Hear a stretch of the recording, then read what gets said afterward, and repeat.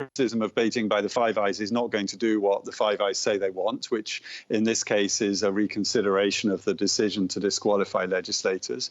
I think, Beijing's sort of harsh rhetoric telling the Five Eyes to butt out is not going to lead them to butt out either. I think the Five Eyes are going to continue to pay close attention to what goes on in Hong Kong and probably continue to speak up.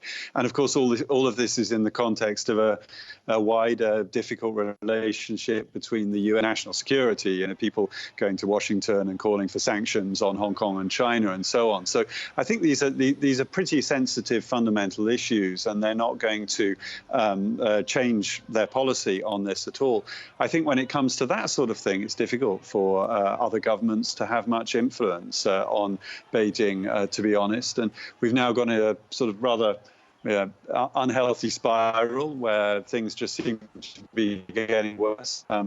Perhaps had they stayed in, their voices would have been there in legislative debates.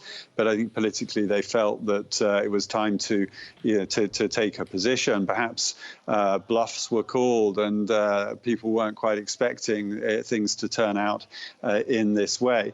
I think outside the legislature in Hong Kong, I think there still is a reasonable amount of debate. I mean, we can read in the Hong Kong media every day reports of what's been happening, and many of these politicians are still appearing on our television screens in the evening and appearing online. So I think we do still have some debate and discussion here in Hong Kong that hasn't been closed off completely. China has warned the Five Eyes group to stay out of its affairs after they accused it of carrying out a campaign to silence critics in Hong Kong.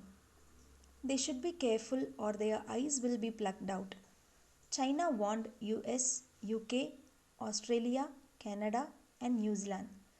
China had imposed new rules that disqualified opposition legislators in Hong Kong.